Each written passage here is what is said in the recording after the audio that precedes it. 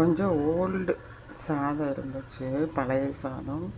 அதை வந்து தண்ணி ஒரு சொம்பு விட்டு நல்லா கரைச்சி எடுத்து கொதிக்க விட்ருக்கோம்.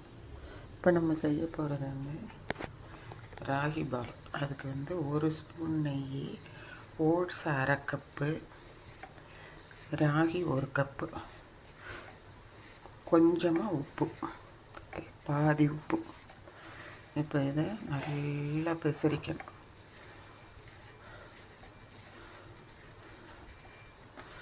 இது ஓட்ஸ் இருக்கிறனால உங்களுக்கு கட்டி பாகாது, சாதமும் இருக்கிறனால கட்டியே வராது. இப்படியே கொட்டி கிளற வேண்டியதுதான்.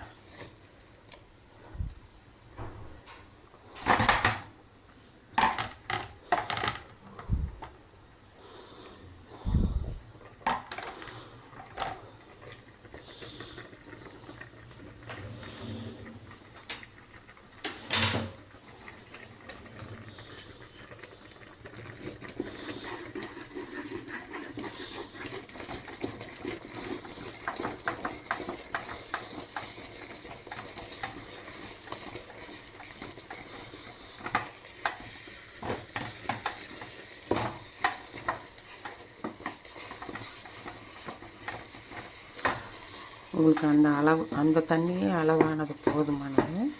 எக்ஸ்ட்ரா தண்ணியே தேவையில்லை. ஓட்ஸு சீக்கிரமாக வெந்துடும். இப்போ ஒரு 2 மினிட்ஸ் அவ்வளோதான், மூடி வைக்க வேண்டியதுதான். மூடி வச்சா மறுபடியும்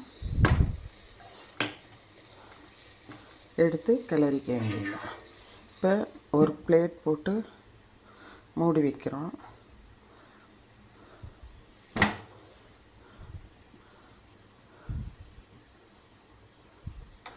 ஒன் மினிட் ஃபுல் ஃப்ளேமு. இப்போ வந்து ஃப்ளேமை கம்மி பண்ணியிருக்கோம்.